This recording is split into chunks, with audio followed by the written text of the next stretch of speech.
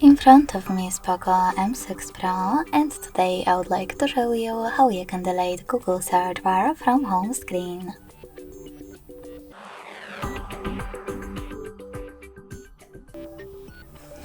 First of all, you can simply hold your search bar and wait for the pop-up to show. When it does, click on it. You can also hold your device's screen,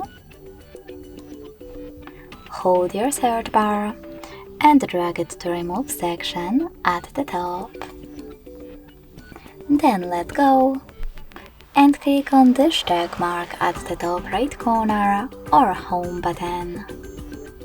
Thanks so much for watching. If you enjoyed this video, don't forget to leave a like, comment and subscribe. Bye!